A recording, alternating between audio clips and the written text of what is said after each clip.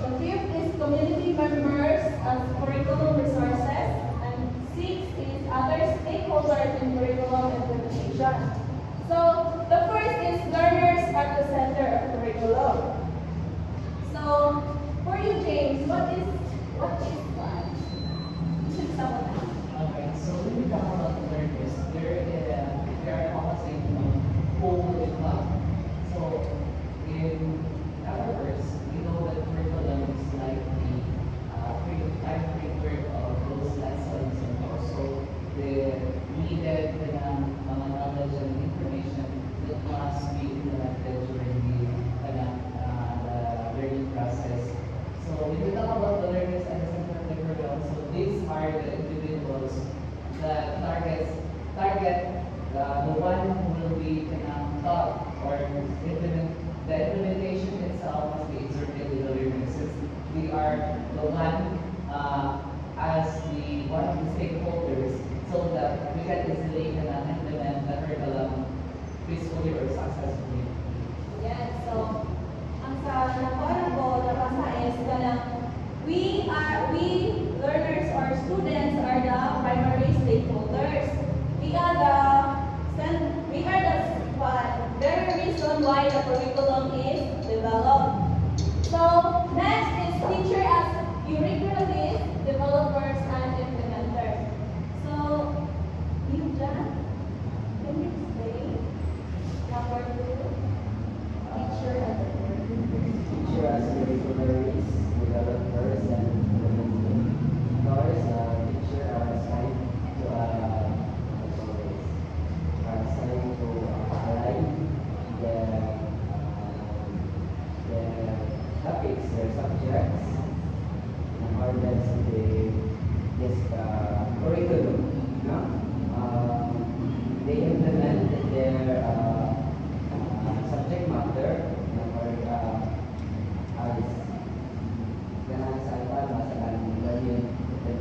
learning outcome. So that's why they are developers. So teachers are curricularists because they plan, design, teach, implement, and evaluate the curriculum. So when the curriculum has already been written, the teacher's role is to implement.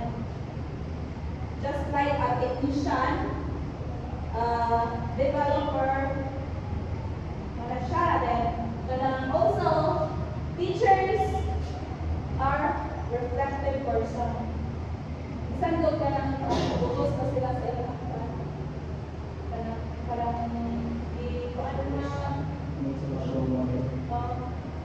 so kuan kay kanang ang center sa ilang kanang libuhan kaya mga learners man so dapat kuan sila pag-una nila pagpansin. So number 3 is the school leaders or curriculum managers. So isa man ato ang mga school leaders. Any idea? School leaders are hired persons in the school or overall school leaders. Example of the principal, vice principal, head teachers, superintendent, composer, president, and master. So sila ang mga kawan. Kaya mga sa ito, so school leaders are they manage or they plan out sa school to master. Yes, ay may meeting sila ang magbuhat of vision para ma-implement na nila sa pag-ipotri ba nila ang ilang gihatag nga or reformulate the curriculum. So next with the parents as a supporter to the curriculum. So any idea, Ms. Labra? Kung sa hindi nga parents as a supporter to the curriculum. So ano na po man sila o kanang dapat man ang parents na sila support sa curriculum. Sample sila anak.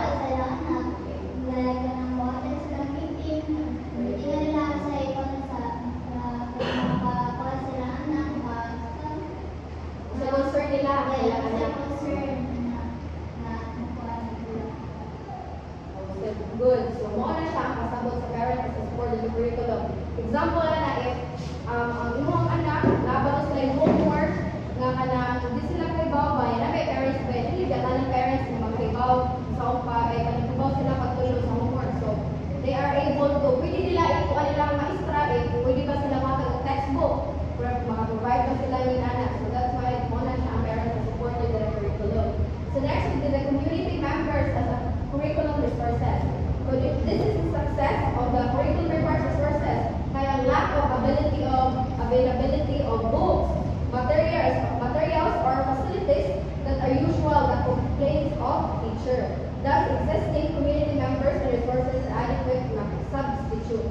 So that's why na maapilang community members, especially na mga kinagamit sa kanang classroom nga nabaroy ka ng kuwang mga materials na yung mga activity nga kanang dapat mabuha ko na lang nga kanang subject. So they are involved to that. So next, kung sa man ang other stakeholders in the curriculum implementation, example, mga other stakeholders, Mr. Neil, mga other stakeholders, can you give example, mga lain na stakeholders?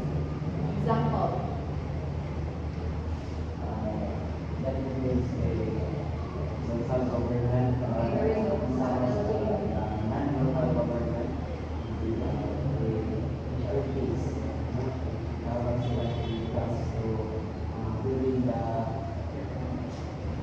education, meron ito dapat yung tawag sila. Yes, sir. So, mga government agencies, sunadala po nila ang TESDA, CHED, pwede nila ang local government units, which is the LGU, nga pwede sila partner kaya nato sa eskwelahan, which is pwede sila mahatag ng mga materials na pwede makatabang sa eskwelahan.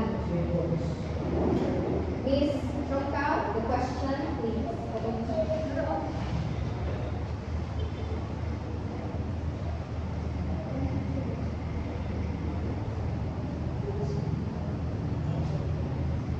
So, I have a question. So, why do you think it is important for different stakeholders to be involved in the curriculum development?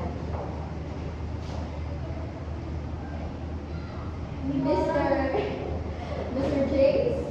I believe that the stakeholders are important to the curriculum development. Because right now in this generation, we have different types of students that are assessed and also evaluated through the curriculum of, yes, the curriculum right now is different from the past since it also aligns with the needs of outside or say the needed information and knowledge and skills also for the students that need to acquire so that they can apply it outside. So in line with that, it also connects how outside world needed different kind of professionals so that from this, the development of a curriculum, it must be aligned for the economic and our community needs. Just like professionals that are what we call this professional in this kind of area is initiative. Okay, thank you. So, another, what happens if a key stakeholder is left out?